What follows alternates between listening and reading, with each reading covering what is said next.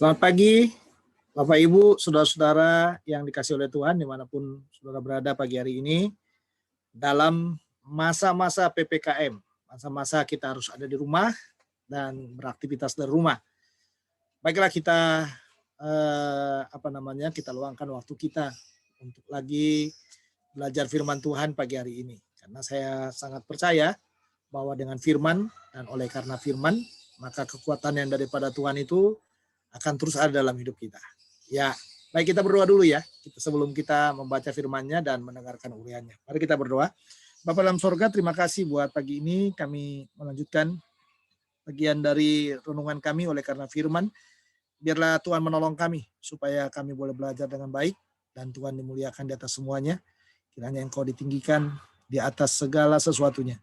Supaya pada akhirnya waktu kami boleh bertemu dengan kebenaran yang baru, yang bersumber daripada Tuhan, boleh menjadikan kekuatan bagi kehidupan rohani kami. Terima kasih, terpujilah namamu, tolong hamba dan semua saudara-saudara yang mendengarkan pengajaran ini dimanapun mereka berada, biarlah mereka boleh dikuatkan oleh firman ini. Dalam Kristus Tuhan kami sudah berdoa. Amin. Baik, Bapak Ibu, jemaat Tuhan, orang-orang yang percaya yang dikasih oleh Tuhan, mari kita membuka Alkitab kita dari Efesus pasal yang ketiga, ya, ayat yang ke-14 dan ayat yang ke-15. Sekali lagi, Efesus pasal yang ketiga, ayat 14 dan ayat yang ke-15. Saya membaca buat saudara demikian firman Tuhan, itulah sebabnya aku sujud kepada Bapa, yang daripadanya semua turunan yang di dalam sorga dan di atas bumi menerima namanya. Ini bagian yang menarik, saudara, untuk kita renungkan bersama-sama. Bagian ini memang adalah bagian dari doa ya, doa dari Paulus, atau saya mau mengatakan selalu doa yang agung ya, atau doa yang teologis ya, doa yang teologis, atau saya sering menyebutkannya juga doa yang penuh dengan terobosan ya, atau doa yang memahami ya, memahami hati yang daripada Tuhan. Saya sering menyebut topik perikop itu seperti itu. Tinggal saudara mau menggunakan yang mana, silakan bersama-sama.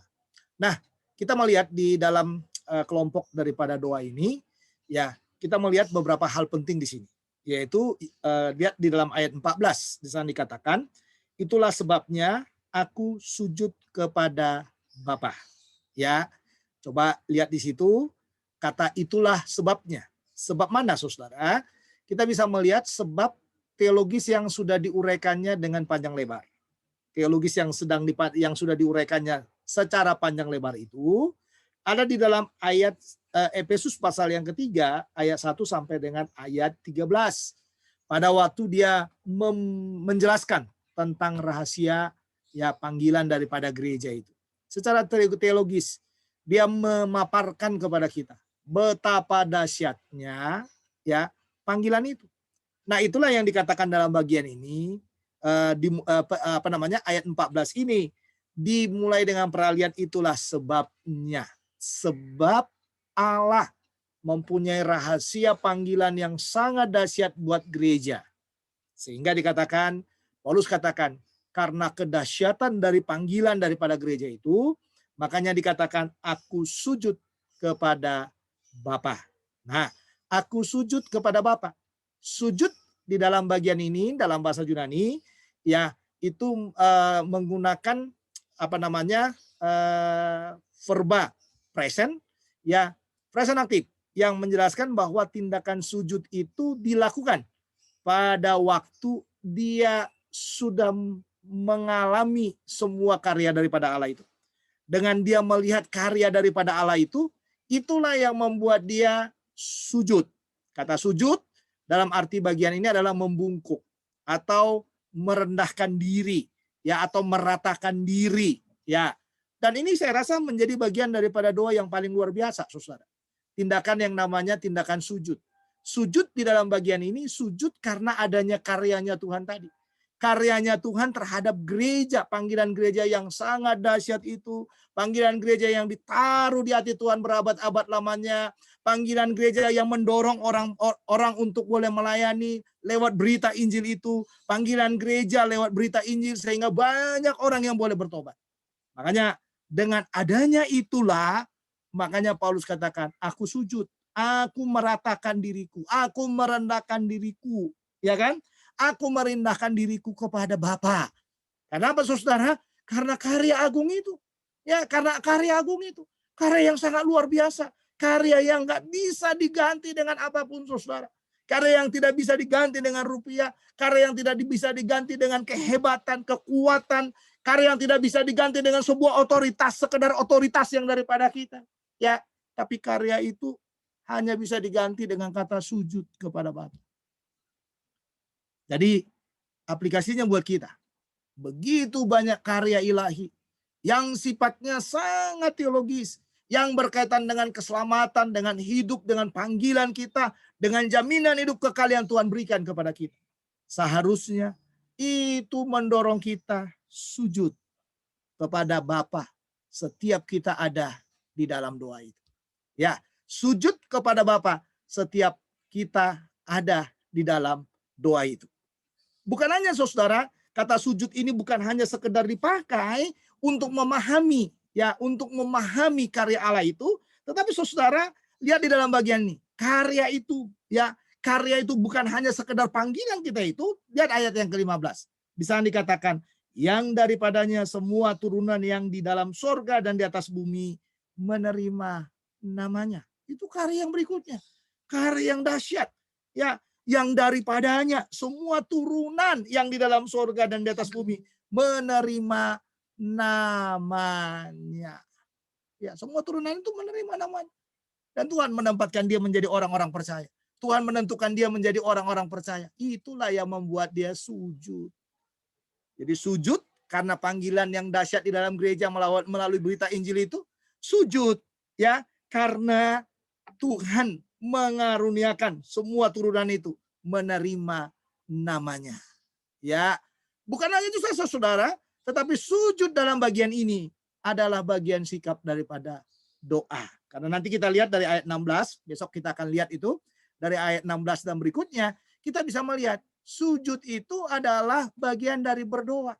Sujud itu lambang bagaimana orang menyerahkan hidupnya kepada Tuhan. Sujud itu lambang bagaimana orang menyerahkan segala ketidakmampuannya kepada Tuhan. Sujud itu lambang bagaimana orang mengatakan menyerah kepada Tuhan atas semua keterbatasan demi keterbatasannya. Sujud itu lambang bagaimana kita lebih meninggikan, mengagungkan Tuhan, dan kita ini adalah orang-orang yang sangat inferior, sangat rendah di hadapannya, dan kita berhadapan dengan Tuhan yang superior, yang hebat itu. Nah, makanya dikatakan sujud. Jadi orang berdoa itu sujud. Ya, sujud. Sujud bukan hanya sekedar menunjukkan fisik yang sujud, tapi semuanya sujud. Semuanya merendah. Dan itu bagian daripada berdoa. Sikap dalam berdoa itu adalah sujud. Dan mari belajar. Kalau Anda berdoa, sujudlah kepada Tuhan.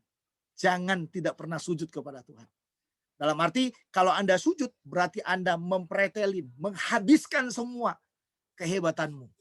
Dan dengan sujudmu itu, engkau menyerah kepada Tuhan yang sangat luar biasa itu. Jadi, Bapak Ibu, saudara-saudara yang kasih dalam Tuhan, sangatlah luar biasa karya Tuhan. Yang selalu membuat kita, setiap berhadapan dengan Dia, kita harus sujud. Tidak ada kata lain. Kita harus belajar sujud di hadapannya. Dengan sujud, kita bisa memahami betapa dahsyatnya, betapa hebatnya Tuhan, betapa luar biasanya Tuhan yang mengerjakan segala sesuatunya buat hidup kita. Bapak Ibu saudara-saudara yang kasih dalam Tuhan, mari belajar sujud. Sujud karena karyanya Tuhan. Sujud, ya, karyanya Tuhan, ya, yang dilakukan lewat panggilan gereja itu. Sujud bukan hanya sekedar karyanya Tuhan, tapi sujud karena Tuhan itu memberikan, dikatakan, yang daripada Tuhan itu, ya, semua turunan yang dalam surga, dikatakan, ya, dan di atas bumi menerima namanya. Sujud adalah bagian dari sikap berdoa. Sujud adalah bagian dari sikap menyerah kepada Tuhan. Dan mari kita dalam kondisi sekarang ini, dalam kondisi, ya, yang dilakukan PPKM seperti ini, mari kita belajar saudara, kita belajar lebih banyak sujud. Lebih banyak memprotoli kehebatan kita. Protoli kehebatan. Ya, karena nggak ada kekuatan kita saudara untuk bisa mengatakan kita mampu mengalahkan si corona itu. Hanya Tuhan yang mampu mengalahkannya. Makanya sujudlah di hadapannya. Merendahlah di hadapannya, karena dia yang sanggup melakukan buat kita. Terpujilah Tuhan. Tuhan Yesus memberkati kita semuanya. Mari kita belajar sujud kepadanya dan belajar memberi yang terbaik kepadanya. Mari kita berdoa. Bapa dalam surga, terima kasih buat firman-Mu. Biar hari ini kami sujud di hadapan-Mu. Merendahkan, menyerahkan semua keberadaan kami kepada Tuhan. Karena kami tahu segala kekuatan kami, kehebatan kami. Kami tahu sepenuhnya kami harus letakkan di bawah kaki Tuhan. Dan kami mau sujud di hadapan-Mu. Merendahkan hati kami, dan biarlah Tuhan menolong kami. Proteksi kami sepanjang hari ini, dari semua tantangan demi tantangan yang muncul. Biarlah Tuhan akan menolong, memberkati, supaya kami terus boleh belajar merendahkan hati kami di hadapan Tuhan. Terima kasih buat firman-Mu. Mertekan dalam hati kami. Terpujilah Tuhan, Tuhan yang baik, Tuhan yang mengasihi hidup kami, Tuhan yang memberikan segalanya buat hidup kami. Dalam nama Tuhan Yesus kami sudah berdoa. Amin. Baik Bapak Ibu, selamat pagi, selamat berjuang, selamat menjaga prokes yang baik. Ya, jaga dirimu dan selamat sujud kepada Tuhan, sujudlah kepada Dia, karena Dia yang selalu menguatkan engkau. Firman Tuhan berkata sujud, oleh karena firman sujudlah, dan saya percaya saudara senantiasa diberkati Tuhan. Ketemu lagi besok pagi. Shalom.